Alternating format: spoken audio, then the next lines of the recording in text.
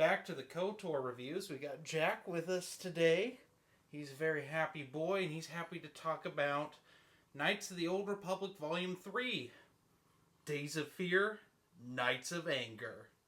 So this is a 6-issue storyline. Well, it's technically 2 3-issue storylines.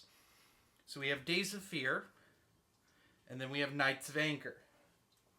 So Days of Fear collects issues 13 through 15, and Knights of Anger collects issues 16 through 18, but back in the day when they were first released in a trade paperback, they were all collected together, and it was KOTOR Volume 3. So, what's this storyline about? Well, it's about the group separating. Yeah, big party split.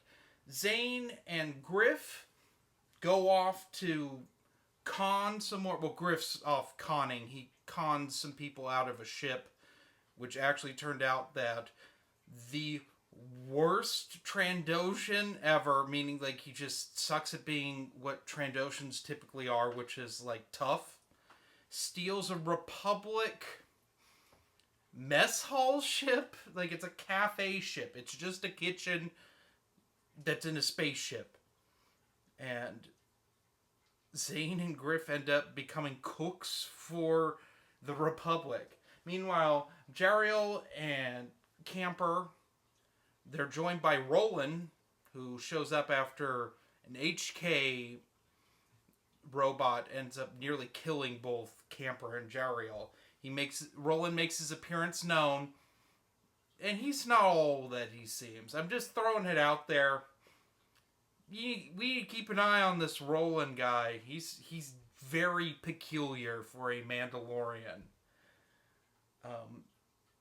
But he's taken an interest in Jariel, and when Camper goes into kind of this like sickly coma, they go to Jariel's homeworld, where she's really never been.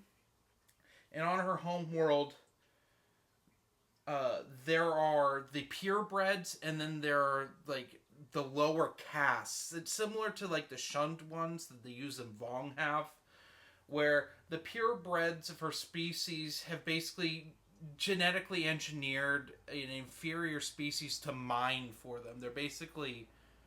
They're not slaves, but they're treated very poorly. And both Jariel and Camper, they're humanoid adjacent.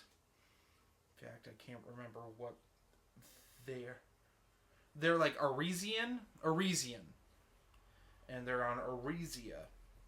Anyway, Jariel breaks into this big medical facility to get Camper some aid, but they end up being captured by the purebreds, and all is not what it seems. And we really start to deal with Camper's backstory in specifically Knights of Anger. We start seeing that Camper's not just this kooky old man. He's actually like kind of a genius and a scientist, and at the very end we find out why he fled his home. Because these people are up to no good, as per usual in KOTOR.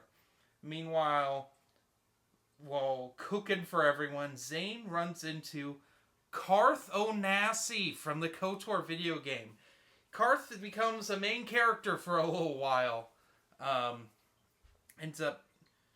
Zane has this vision that the Mandalorians are going to carpet bomb the planet they're on, and Zane ends up inadvertently turning himself in again to try to stop it. And that's where I will stop talking. There's a little more that happens, but I don't want to spoil it. This series is really, really good.